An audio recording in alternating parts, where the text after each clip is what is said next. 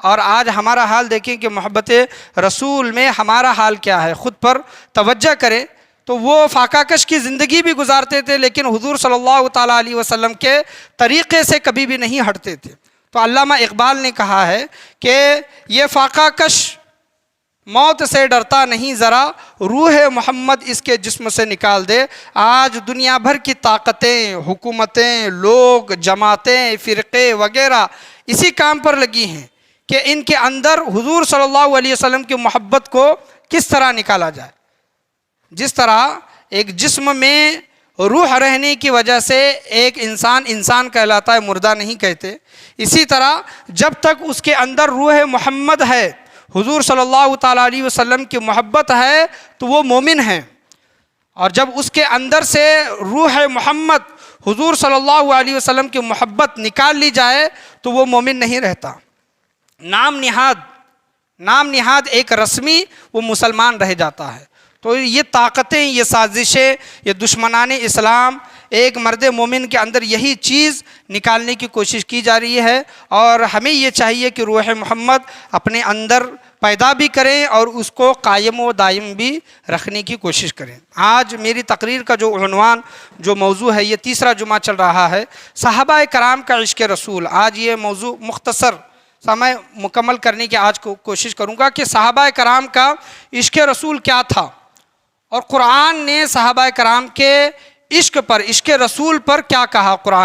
قرآن کریم فرقان حمید کی میں نے سورہ بقرہ کی اور پہلے پاری کی پہلے صفحے کی آیت پڑھی.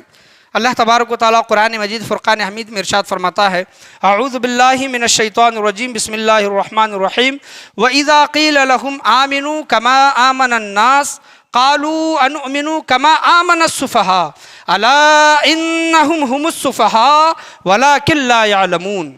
یعنی جب ان سے کہا جاتا ہے، کن سے؟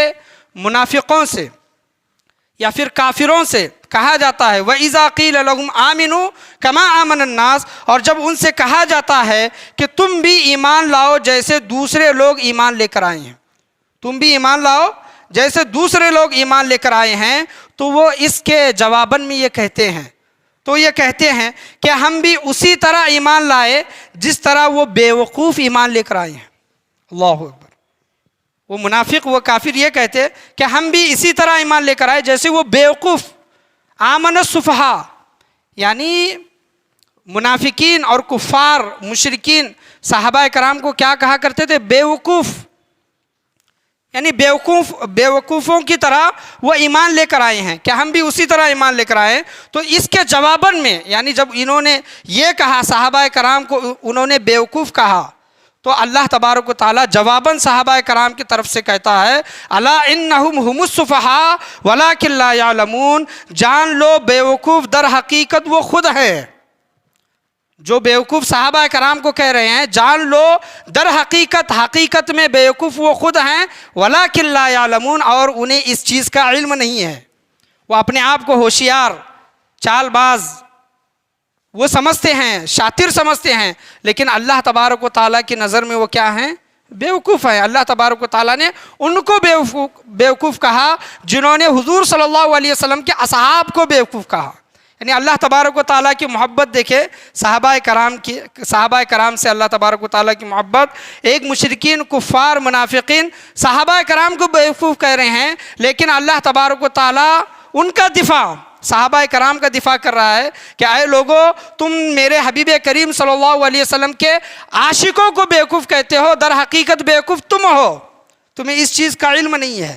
اللہ تبارک و تعالیٰ نے ان کے عقلیں ختم کر دی ہیں. تو وہ چیز کیا تھی؟ روح محمد، جو میں نے کہا نا کہ یہ فاقہ کش موت سے جو ڈرتا نہیں ذرا، روح محمد اس کے جسم سے نکال دو. تو ان کے اندر وہ کیا چیز تھی؟ یاد رکھیں، علماء کرام بیان کرتے ہیں کہ اللہ تبارک و تعالیٰ کو ہر ایمان لانے والا پسند نہیں، ہر نماز پڑھنے والا پسند نہیں، ہر کلمہ پڑھنے والا پسند نہیں. تو آپ تو یہ کہیں گے کہ نماز پڑھنے والا، کلمہ پڑھنے والا، ایمان لانے والا اللہ تبارک و تعالیٰ کو کیوں پسند نہیں؟ کیونکہ کچھ لوگ ایسے تھے جو نام نہاد، یعنی رسمی طور پر وہ کلمہ پڑھتے تھے، رسمی طور پر وہ نماز پڑھتے تھے، رسمی طور پر وہ حضور صلی اللہ تعالیٰ علیہ وسلم پر ایمان لائے تھے، لیکن اللہ تبارک و تعالیٰ کو ان کا ایمان قابل قبول نہیں تھا۔ عبداللہ بن عبی جو منافقین میں سب سے بڑا منافق ہے عبداللہ بن عبی، وہ سیدنا ابو بکر صدیق رضی اللہ تعالیٰ عنہ کے کندھے سے کندھا ملا کر نماز پڑھتا تھا۔ کس کے ساتھ میں؟ حضرت ابو بکر صدیق رضی اللہ تعالیٰ، جو صحابہ میں سب سے افضل، ان کے بازو میں کھڑا ہو کر نماز پڑھ رہا ہے۔ اور نماز کن کے پیچھے پڑھ رہا ہے؟ تمام اماموں کے امام، تمام نبیوں کے نبی، تمام نبیوں نے جن کے پیچھے نماز پڑھنے کا، مقتدی بننے کا شب معراج میں شرف حاصل کیا، وہ سید الانبیاء، امام الانبیاء کے پیچھے نماز پڑھ رہا ہے، لیکن اندر کیا ہے؟ منافقت ہے۔ اندر دل اس کا ایمان کو قبول نہیں کرتا۔ تو اللہ تبارک و تعالیٰ نہ ایسے کے ایمان کو قبول کرتا ہے، نہ ایسے کے کلمے کو قبول کرتا ہے، نہ اللہ تبارک و تعالیٰ ایسی کی نمازوں کو قبول کرتا ہے۔ تو اللہ تبارک و تعالیٰ قرآن مجید فرقان حمید میں کیا فرما رہا ہے کہ تم اس طرح ایمان لاؤ جس طرح میرے رسول کے اصحاب ایمان لے کر آئے ہیں۔ یعنی اس دور میں، حضور صلی اللہ تعالیٰ علیہ وسلم کے دور میں، منافقین یعنی اگر مسلمانوں میں رہتے تو کہتے کہ ہم مسلمان ہیں، اور جب اپنے قبیلوں والوں کے پاس، اپنے ساتھیوں کے پاس جب جاتے تو وہ کہتے کہ ہم تمہارے ساتھ ہیں۔ یعنی وہ منافقین، یعنی ادھر آئے تو ادھر کے، ادھر گئے تو ادھر کے۔ تو اللہ تبارک و تعالیٰ نے ایسے لوگوں کے متعلق ارشاد فرمایا ہے کہ تمہیں اگر ایمان لانا ہے تو شرط ہے، کنڈیشن ہے کہ میرے رسول کے اصحاب جس طرح ان پر ایمان لائے ہیں، اذا قیل لہم آمنوا کما آمن الناس، جس طرح میرے رسول کے اصحاب ایمان لے کر آئے ہیں تم بھی انہی کی طرح ایمان لے کر آؤ، تب تمہارا ایمان کامل ترین ہوگا، مکمل ہوگا۔ یہ اللہ تبارک و تعالیٰ کا فرمان ہے۔ واقعات تو آپ نے صحابہ کرام کے بہت سے سنے ہوں گے، لیکن صحابہ کرام کا عشق رسول، یہ جو موضوع چل رہا ہے، جنگ احد میں حضور صلی اللہ تعالیٰ علیہ وسلم کے متعلق یہ افواہ پھیل گئی کہ آپ صلی اللہ علیہ وسلم کو نعوذ باللہ من ذالک شہید کر دیا گیا۔ تو مدینہ منورہ میں ایک صحابیہ تھی، ایک عورت تھی، اور جب ان کو پتہ چلا، وہ حضور صلی اللہ تعالیٰ علیہ وسلم سے اس درجے، اس حد تک محبت کرتی کہ انہیں ہوش نہیں رہا، اور حضور صلی اللہ تعالیٰ علیہ وسلم کی خبر پانے کے لیے وہ مدینہ منورہ سے جنگ احد کی طرف چلی وہ عورت۔ اور راستے میں جو جنگ سے واپس آ رہے تھے، کچھ لوگوں نے اس عورت کو خبر دی کہ اے عورت، تمہارا باپ جنگ میں شہید ہو گیا ہے، جنگ احد میں تمہارا باپ شہید ہو گیا ہے۔ تو وہ انا للہ و انا الیہ راجعون پڑھتی ہے اور صبر کرتی ہے، اسی طرح آگے بڑھتی ہے۔ کچھ اور دیر گزرنے کے بعد کہنے والا، خبر دینے والے نے یہ کہا اس عورت سے کہ تمہارا بیٹا بھی شہید ہو گیا ہے، جوان بیٹا بھی شہید ہو گیا۔ پھر وہ انا للہ و انا الیہ راجعون پڑھتی ہے اور صبر کرتی ہے اور آگے بڑھتی ہے، اور کسی خبر دینے والے نے یہ خبر دی کہ تمہارا بھائی بھی شہید ہو گیا۔ دیکھیں کہ ایک گھر کی عورت کا باپ بھی چلا گیا، شوہر بھی چلا گیا، بیٹا بھی چلا گیا، بعض روایتوں میں بھائی بھی چلا گیا۔ اس عورت کا حال کیا ہوگا؟ مرد عورت کے لیے سہارا ہوتے ہیں، تو اگر ہماری عورتیں ہوتی تو چیخ و پکار کرتی، رونے لگتی اور اپنا آپا کھو دیتی، لیکن اس عورت کا محبت رسول دیکھے کہ وہ صبر کرتی ہوئی جا رہی ہے، اور لوگوں سے یہ پوچھ رہی ہے کہ بتاؤ میرے رسول کریم صلی اللہ علیہ وسلم کس حال میں ہیں، میرے رسول کریم صلی اللہ علیہ وسلم خیریت سے ہیں کہ نہیں۔ صحابہ کرام کہتے ہیں کہ آپ صلی اللہ تعالیٰ علیہ وسلم اچھے ہیں، خیریت سے ہیں۔ تو وہ عورت اس پر خاموش نہیں رہتی، بلکہ حضور صلی اللہ تعالیٰ علیہ وسلم کی بارگاہ میں پہنچتی ہیں اور آپ صلی اللہ علیہ وسلم کا چہرہ مبارک دیکھ کر کہتی ہیں کہ یا رسول اللہ صلی اللہ تعالیٰ علیہ وسلم، میرا باپ شہید ہو گیا، بیٹا شہید ہو گیا، بھائی شہید ہو گیا، شوہر شہید ہو گیا، لیکن یا رسول اللہ صلی اللہ تعالیٰ علیہ وسلم یہ تمام غم، یعنی آپ کا چہرہ جب میں نے دیکھ لیا تو یہ تمام غم مجھے ہلکے معلوم ہوتے ہیں۔ سبحان اللہ۔ تو محبت رسول، عشق رسول کیا ہے؟ اس کے گھر والے شہید ہو گئے، اس کے گھر کے لوگ چلے گئے، لیکن اس کو اتنا غم نہیں ہوا جتنا غم حضور صلی اللہ تعالیٰ علیہ وسلم کی شہادت کی خبر سن کر ہوا۔ اور اس عورت کو اتنا سکون نہیں ملا جتنا سکون حضور صلی اللہ تعالیٰ علیہ وسلم کا چہرہ مبارک دیکھ کر ہوا. سبحان اللہ.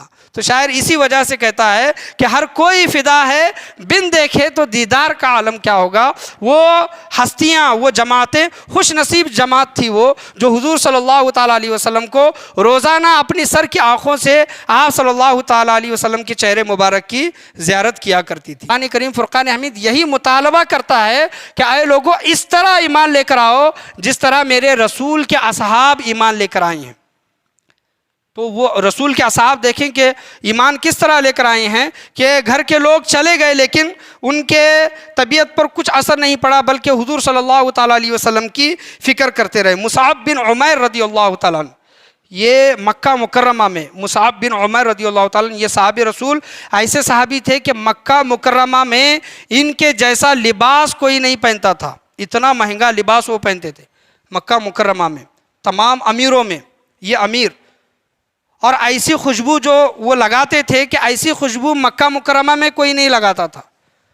جب حضرت مصعب بن عمیر رضی اللہ تعالیٰ عنہ کو جب اسلام کی جب دعوت پہنچی اور وہ جب ایمان لے کر آئے تو ان کی امی نے کہا، مصعب بن عمیر کی امی نے کہا کہ اے مصعب تو یہ جو کام کر رہا ہے اس کام کے بدلے میں تجھے بہت نقصان اٹھانا پڑے گا. تو حضرت مصعب بن عمیر کہتے ہیں کہ میں ہر طرح کا نقصان اٹھانے کے لیے تیار ہوں. ان کی ماں نے کہا کہ یہ تو جو مہنگے مہنگے جو لباس پہنتا ہے یہ تجھے دینے پڑیں گے، یہ جو تو مہنگی مہنگی خوشبو لگاتا ہے، مہنگے مہنگے جو غذائیں جو کھاتا ہے وہ تمام کے تمام تجھے ترک کرنے پڑیں گے. حضرت مصعب بن عمیر رضی اللہ تعالیٰ عنہ نے وہ تمام مہنگے لباس، وہ خوشبوئیں، وہ غذائیں، اناج وغیرہ تمام کے تمام چھوڑ دی اور ایک تھیلا، جس کو ہم اپنی زبان میں تھیلا جو کہتے ہیں نا، اس طرح وہ ڈال کر حضور صلی اللہ تعالیٰ علیہ وسلم کی بارگاہ میں پہنچے. آپ صلی اللہ تعالیٰ علیہ وسلم حضرت مصعب بن عمیر رضی اللہ تعالیٰ عنہ کا حال دیکھ کر، جو انہوں نے اپنے بدن پر جو تھیلا جو ڈالا تھا وہ حال دیکھ کر آپ صلی اللہ علیہ وسلم کی آنکھیں بھر آئی اور آپ صلی اللہ علیہ وسلم رونے لگے کہ اے میرے صحابہ دیکھو یہ وہی انسان ہے کہ اس جیسا لباس، یعنی اس کے جیسا لباس مکہ مکرمہ میں کوئی بھی نہیں پہنتا تھا، لیکن آج میری محبت کے عالم نے اس کا حال یہ کر دیا ہے. سبحان اللہ. یعنی حضور صلی اللہ تعالیٰ علیہ وسلم سے جو سچی عشق و محبت کرتا ہے تو اس کو آزمائشوں کا بھی سامنا کرنا پڑے گا. کوئی یہ نہ سوچے کہ میں حضور صلی اللہ تعالیٰ علیہ وسلم سے سچی عشق و محبت کروں گا تو مجھ پر آزمائش نہیں آنی چاہیے، تو یہ غلط ہے، یاد رکھے. کوئی یہ سوچے کہ میں حضور صلی اللہ تعالیٰ علیہ وسلم کے طریقہ کار پر چلوں گا، مجھے کوئی رکاوٹیں نہیں آنی چاہیے، غلط ہے، یاد رکھے. آپ کو رکاوٹیں آئیں گی، آپ پر آزمائشیں آئیں گی، آپ پر مشکلات آئیں گی اور اس کا آپ کو سامنا بھی کرنا ہے اور اس پر استقامت کا مظاہرہ بھی کرنا ہے، یعنی اس چیز پر قائم و دائم بھی رہنا ہے. یعنی کوئی مشکل، رکاوٹیں، پریشانیاں آ کر اس راستے سے ہٹنا نہیں ہے. اس طرح ایمان لانا ہے جس طرح رسول کے اصحاب ان پر ایمان لے کر آئے تھے. اور ان کی ایمان کی گواہی کون دیتا ہے؟ ہم اور آپ نہیں، بلکہ اللہ تبارک و تعالیٰ ان کی ایمان کی گواہی دے رہا ہے. وَإِذَا قِيلَ لَهُمْ آمِنُوا كَمَا آمَنَ النَّاسُ، اے منافقین، اے کفار، اے مشرکین، تم ایمان اس طرح لے کر آؤ جس طرح میرے رسول کے اصحاب ایمان لے کر آئے ہیں. عبداللہ بن جراح رضی اللہ تعالیٰ عنہ، یہ بھی نام آپ نے سنا ہوگا. ان کے باپ نے حضور صلی اللہ علیہ وسلم کی شان میں کوئی نازیب الفاظ کہے، گستاخی کے بھی نہیں بلکہ نازیب الفاظ، ایسے الفاظ کہے جس کی وجہ سے عبداللہ بن جراح رضی اللہ تعالیٰ عنہ کو ان کی حضور صلی اللہ علیہ وسلم کی محبت میں ان کے باپ پر وہ غصہ ہوئے اور حضور صلی اللہ علیہ وسلم کی محبت میں عبداللہ بن جراح نے اپنے باپ کا سر قلم کر دیا. وہ مومن تو نہیں تھے، مسلمان نہیں تھے. عبداللہ بن جراح کے والد باپ کا سر قلم کر دیا اور حضور صلی اللہ علیہ وسلم کی بارگاہ میں آ کر کہنے لگے کہ یا رسول اللہ صلی اللہ علیہ وسلم، میرے باپ نے آپ کی شان میں نازیب الفاظ کہے اور میری محبت نے، میرے عشق نے یہ گوارا نہیں کیا، اس وجہ سے میں نے اپنے باپ کا سر قلم کر دیا.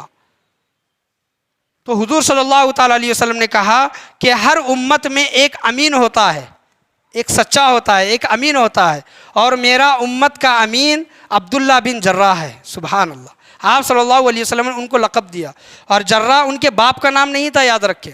عبداللہ بن جرہ نے یہ کہا کہ یا رسول اللہ صلی اللہ علیہ وسلم، میرے باپ نے آپ کی شان میں جو نازیب الفاظ کہے ہیں، آج کے بعد سے کوئی مجھے اپنے باپ کے نام سے نہ پکارے، میرے دادا یا پھر پردادا کے نام سے مجھے پکارے۔ تو جرہ ان کے باپ کا نام نہیں ہے، بلکہ عبداللہ ان کا نام ہے، جرہ ان کے دادا یا پھر پردادا کا نام ہے، اسی وجہ سے آج ان کو عبداللہ بن جرہ کہا جاتا ہے۔ یہ دیکھیں کہ عشق رسول میں جو حضور صلی اللہ علیہ وسلم کی بے ادبی کرتا ہے، اس کا نام بھی اپنے نام کے ساتھ لگانا اصحاب کرام یہ گوارا نہیں کرتے تھے۔ اسی وجہ سے کفار و مشرکین تو کہا کرتے تھے کہ ہم ان بیوقوفوں کی طرح ایمان لے کر آئیں، کیونکہ عقل والوں کی نظر میں وہ کام تو بیوقوفوں کی طرح دکھائی دیتے ہیں۔ عقل سے اگر دیکھیں گے اور عشق کی نظر سے اگر دیکھیں گے تو عاشق کا ہر کام اللہ تبارک و تعالیٰ کی بارگاہ میں، اس کے رسول کے بارگاہ میں مقبول ہے، اور اللہ کی بارگاہ میں وہ قبول ہے۔ جب حضور صلی اللہ تعالیٰ علیہ وسلم کا ظاہری وصال ہو گیا تو تمام جتنے بھی صحابہ کرام تھے، تمام صحابہ کرام کے اندر ایک قیامت سی برپا ہوئی۔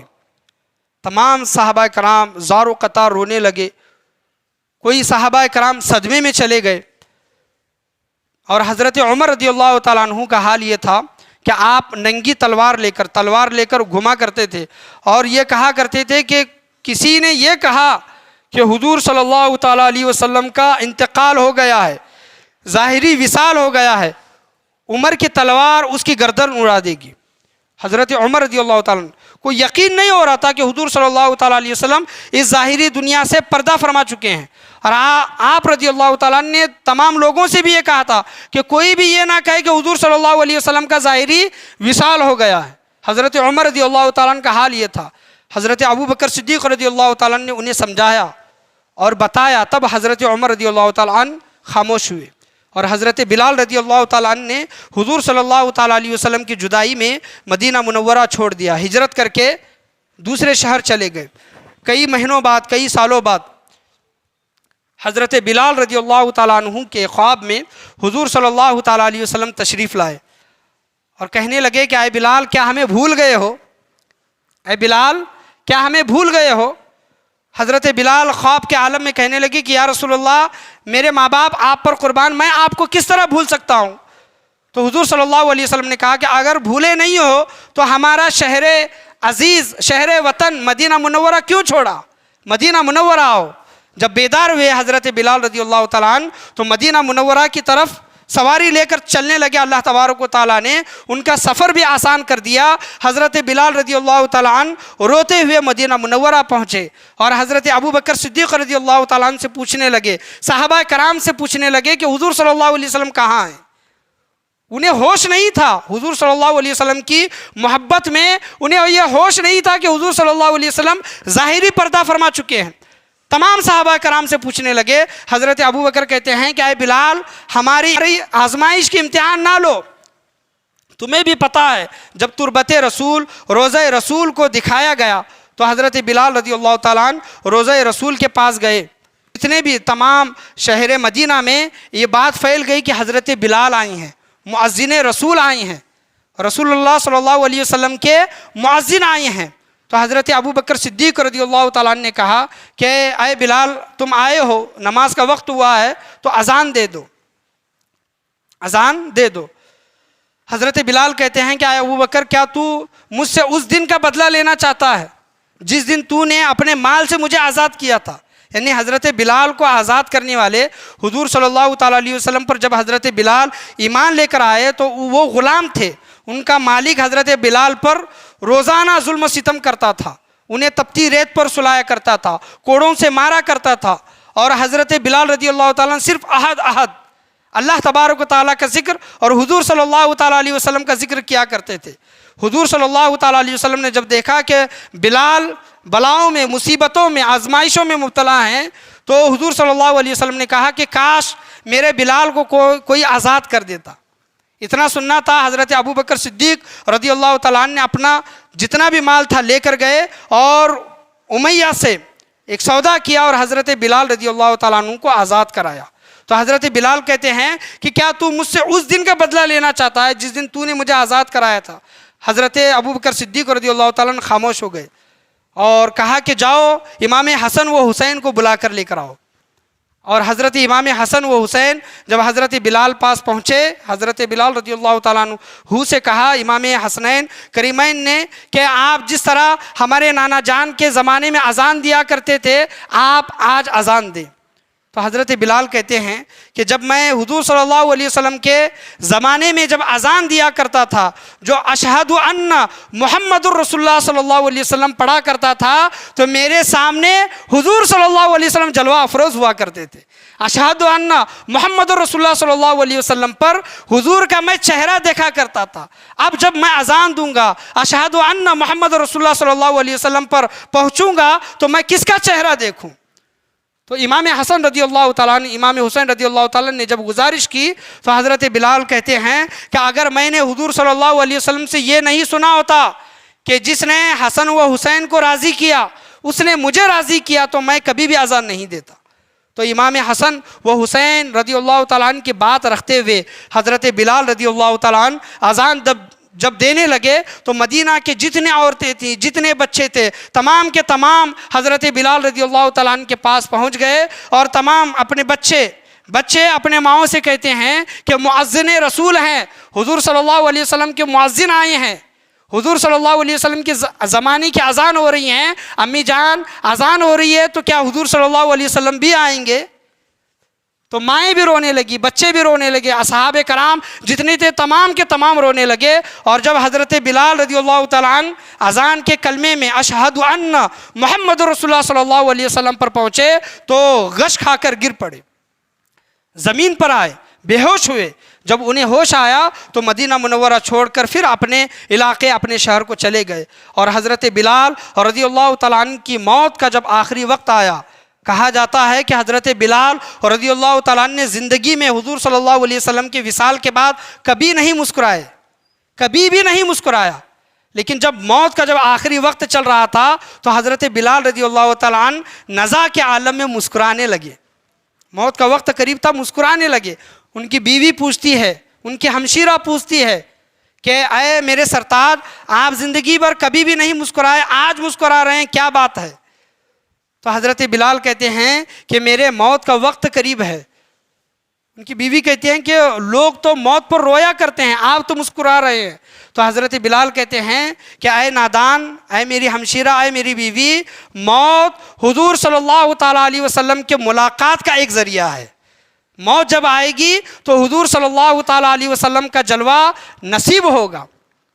وہ کہتے ہیں وسلم، جب فرشتے قبر میں صورت دکھائیں آپ کی، جلوہ دکھائیں آپ کا، تو ہو زباں پر پیارے آقا الصلاۃ والسلام، یعنی اس وقت بھی، اس گھڑی میں بھی، یعنی قبر میں جب زیارت کریں تو اس وقت ہمارے زبان پر کیا ہو؟ الصلاۃ والسلام علیک یا رسول اللہ صلی اللہ تعالیٰ علیہ وسلم۔ تو بلال کہتے ہیں کہ موت تو یار سے ملانے کا ایک ذریعہ ہے، ایک راستہ ہے۔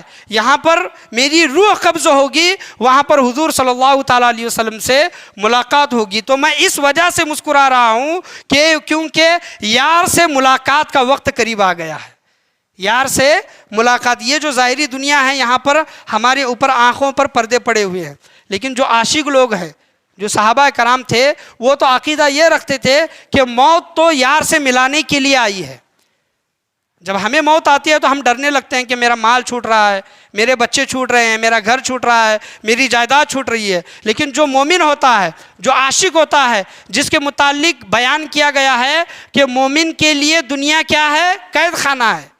مومن کے لیے دنیا کیا ہے؟ قید خانہ ہے۔ مومن دنیا میں اس طرح رہتا ہے جس طرح ایک قیدی رہ رہا ہے، لیکن جب اس کو موت آتی ہے تو وہ اس طرح آزاد ہوتا ہے جس طرح ایک قیدی آزاد ہو رہا ہے، یعنی اس کی خوشی کی کوئی حد نہیں ہوتی۔ تو حضرت بلال کہتے ہیں کہ یار سے ملاقات کا وقت قریب آ رہا ہے، اس وجہ سے میں مسکرا رہا ہوں۔ تو شاعر یہ کہتا ہے کہ سرور دو عالم کا ایسا آستانہ ہے جس جگہ فرشتوں کا روز آنا جانا ہے، اور موت سے کبھی مومن اس لیے نہیں ڈرتا، موت سے کبھی مومن اس لیے نہیں ڈرتا، موت میرے آقا کے دید کا بہانہ ہے۔ سبحان اللہ۔ موت میرے آقا کے دید کا بہانہ ہے۔ اور شاعر یہ کہتا ہے کہ آل پاک کا اپنے مرتبہ بتانا ہے۔ حضور صلی اللہ علیہ وسلم کو اپنے آل پاک کا، اپنے آل کا مرتبہ بتانا ہے، آل پاک کا اپنے مرتبہ بتانا ہے، پشت پر نواسا ہے اور بندگی میں نانا ہے، شاعر یہ کہتا ہے۔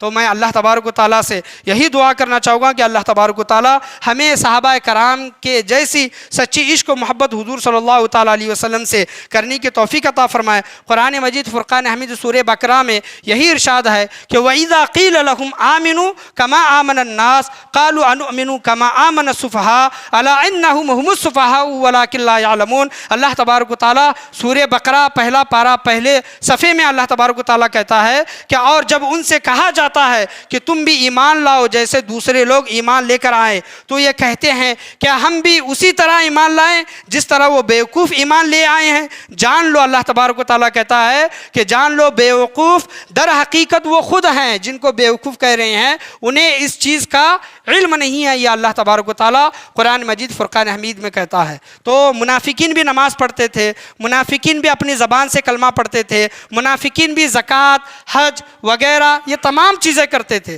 لیکن اللہ تبارک و تعالیٰ نے منافقین کو اور صحابہ کرام کو الگ کر دیا اور کہا کہ اے منافقین، اے مشرکین، اے کفار، تم ایمان اس طرح لے کر آؤ جس طرح میرے رسول کے اصحاب ایمان لے کر آئے ہیں۔ تو صحابہ بھی نماز پڑھتے تھے، روزہ، حج، زکوٰۃ وغیرہ یہ تمام چیز کرتے تھے، دونوں یعنی منافقین اور مؤمنین صحابہ کرام دونوں ایک عمل کر رہے ہیں، سیم عمل کر رہے ہیں، لیکن دونوں کے اندر فرق کیا ہے؟ ایک کے اندر محبت رسول ہے اور دوسروں کے اندر محبت رسول نہیں ہے۔ تو یاد رکھیں کہ جس کے اندر محبت رسول نہیں ہے تو ان کی نمازیں بھی قبول نہیں، ان کے روزے بھی قبول نہیں، اللہ تبارک و تعالیٰ کو ان کا ایمان لانا بھی پسند نہیں۔ اور محبت جو حضور صلی اللہ علیہ وسلم سے کی جاتی ہے اس کی کوئی لمٹ، کوئی حد نہیں ہے، یاد رکھیں۔ ہمارے حافظ صاحب نے یہ کہا تھا کہ حضور صلی اللہ تعالیٰ علیہ وسلم کو ایک خدا مت سمجھو، حضور صلی اللہ علیہ وسلم کو خدا مت سمجھو، خدا کا بیٹا نہ سمجھو۔ اس کے علاوہ حضور صلی اللہ تعالیٰ علیہ وسلم سب ہیں، اس کے علاوہ حضور صلی اللہ تعالیٰ علیہ وسلم سب ہیں۔ یہی عقیدہ ہمیں مرتے دم تک قائم و دائم رکھنے کی اللہ تبارک و تعالیٰ ہم تمام لوگوں کو توفیق عطا فرمائے۔ اور جو حضور صلی اللہ تعالیٰ علیہ وسلم سے عشق رسول، محبت رسول جو کرتے ہیں ان پر عمل بھی ضروری ہے، یاد رکھے۔ صرف محبت ہے اور عمل نہیں ہے تو اللہ تبارک و تعالیٰ اس محبت کو بھی قبول نہیں فرمائے گا۔ عمل یہ کرتے رہنا ضروری ہے۔ عمل کے معاملے میں اگر کوتاہی ہو گئی، یعنی ہم کوشش کر رہے ہیں لیکن عمل کے معاملے میں کوتاہی ہو گئی تو اللہ تبارک و تعالیٰ معاف فرمانے والا ہے، لیکن محبت میں کوئی کمی نہیں ہونی چاہیے۔ ہم محبت کا دم بھرتے ہیں، محبت کے نعرے لگاتے ہیں، لیکن اس طرح اس پر عمل کرنے کی کوشش نہیں کرتے۔ میں آخر کے صرف 2 منٹ آپ سے لینا چاہوں گا کہ دیکھیں کہ جلوس عید میلاد النبی صلی اللہ تعالیٰ علیہ وسلم جلوس نکالا گیا، 2 سال کے بعد ہمیں یہ موقع میسر آیا، اللہ تبارک و تعالیٰ نے ہمیں یہ سعادت بخشی کہ حضور صلی اللہ علیہ وسلم کے نام پر جلوس نکالا جائے، ریلی نکالی جائے، ان کے نام پر نعرے وغیرہ لگائے جائے۔ لیکن دیکھیں کہ جلوس میں کیا کیا معاملات ہوئے۔ کئی جگہوں پر ڈی جے لگائے گئے اور ڈی جے کے اوپر اس طرح ناچا گیا جس طرح گانوں پر ناچا جاتا ہے۔ تو یہ کیا محبت رسول ہے؟ تو اس سے بہتر یہ تھا کہ آپ جلوس نہ نکالتے، آپ جلوس میں نہ جاتے۔ حضور صلی اللہ علیہ وسلم سے محبت کا دم بھی بھر رہے ہیں اور عشق کا دم بھی بھرتے ہیں، اور ڈی جے پر چاہے وہ قوالی ہی کیوں نہ ہو اس پر اس طرح ناچ رہے ہیں جس طرح گانوں پر ناچتے ہیں۔ رکشہ وغیرہ کے اسٹنٹ وغیرہ کیے گئے۔ جلوس اس وجہ سے نکالا گیا ہے کہ آپ اپنے بائک کے اسٹنٹ دکھائیں، آپ اپنے رکشہ چلانے کے اسٹنٹ دکھائیں۔ جلوس تو اس چیز کا نام ہے کہ ادب کے ساتھ حضور صلی اللہ علیہ وسلم کی نعتیں پڑھتے ہوئے، حضور صلی اللہ علیہ وسلم کے نام پر نعرے لگاتے ہوئے ادب کے ساتھ جلوس نکالے۔ اس کی اجازت علماء کرام نے دی ہے کہ شریعت کے دائرے میں رہ کر آپ کیا کریں، جلوس نکالے۔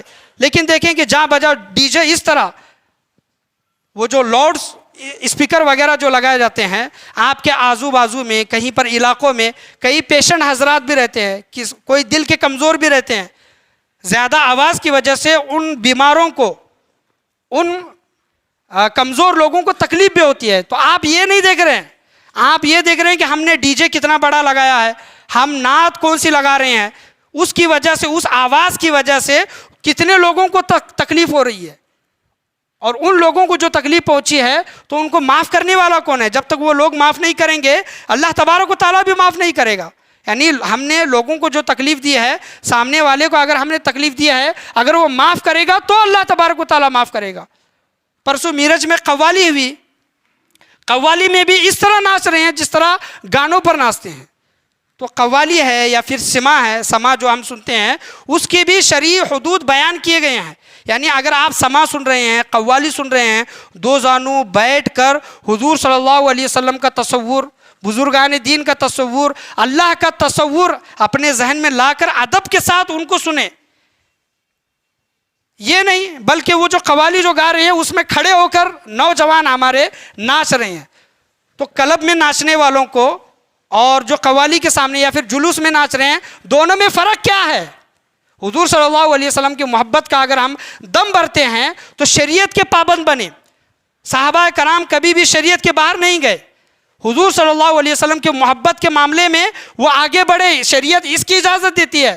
لیکن غیر شرعی کام, حضور صلی اللہ علیہ وسلم کو ناپسند آنے والے کام صحابہ کرام نے اپنی زندگی میں کبھی بھی نہیں کیے. بلکہ حضور صلی اللہ علیہ وسلم کی زندگی میں کیا, بلکہ وہ جب تک زندہ رہے شریعت کے دائرے میں اور شریعت پر ہمیشہ 100% عمل کر کے صحابہ کرام نے زندگی گزاری ہے. اور ہم جو جلوس نکال رہے ہیں, جلوس میں ناچ رہے ہیں, اسٹنٹ وغیرہ کر رہے ہیں, اس سے ہمارے نبی راضی ہوں گے یا پھر ناراض ہوں گے؟ آپ خود سوچیں. تو جو بھی ہم کام کر رہے ہیں وغیرہ, جو بھی کام کرتے ہیں وہ ادب و احترام کے ساتھ, عشق و محبت یہ تقاضا کرتی ہے کہ ادب و احترام کے ساتھ وہ کام کیے جائیں اور اس پر عمل کرنے کی کوشش کریں. اللہ سے میں یہی دعا کرنا چاہوں گا, اللہ تبارک و تعالی ہم تمام لوگوں کو بولنے سننے سے زیادہ عمل کی توفیق عطا فرمائے. آج ہماری نوجوان نسل جو جلوس کے نام پر, میلاد کے نام پر, قوالی کے نام پر ایک ناچ گانے کو ایک عام کیا ہے, ناچ رہے ہیں, تھرک رہے ہیں, اللہ تبارک و تعالیٰ ایسے نوجوانوں کو ہدایت کے راستے نصیب عطا فرمائے. بے شک ہدایت اللہ تبارک و تعالیٰ کی طرف سے ہے. مرتدن تک اللہ تبارک و تعالیٰ ہم لوگوں کو بھی ہدایت کے راستے پر قائم دائم رکھے. اور جو نوجوان نسل ہماری بہک رہی ہے, بھٹک رہی ہے, اور اس کو نام عشق نبی کا, محبت رسول کا یا پھر جلوس کا جو نام دیا جا رہا ہے, ایسے لوگوں کو اللہ تبارک و تعالیٰ ہدایت نصیب عطا فرمائے. آج کے بیان میں, آج کے درس میں, بولنے میں, سننے میں, سمجھانے میں کسی بھی قسم کی غلطی, کمی بیشی, کوتاہی, خامی, بھول چوک ہوئی ہو, اللہ تبارک و تعالیٰ اسے معاف عطا فرمائے. چاہے ہم قوالی سنیں یا پھر سما سنیں یا پھر جلوس میں جائیں, اس کے کچھ حدود ہیں, اس کے کچھ ادب ہیں, تو وہ تمام کے تمام بجا لانے کی, اس پر عمل کرنے کی کوشش کریں. اللہ سے دعا ہے کہ اللہ تبارک و تعالیٰ بولنے سننے سے زیادہ عمل کی توفیق عطا فرمائے. لا الہ الا اللہ محمد الرسول اللہ صلی اللہ تعالیٰ علیہ وسلم. وآخر دعوانا ان الحمد للہ رب العالمین.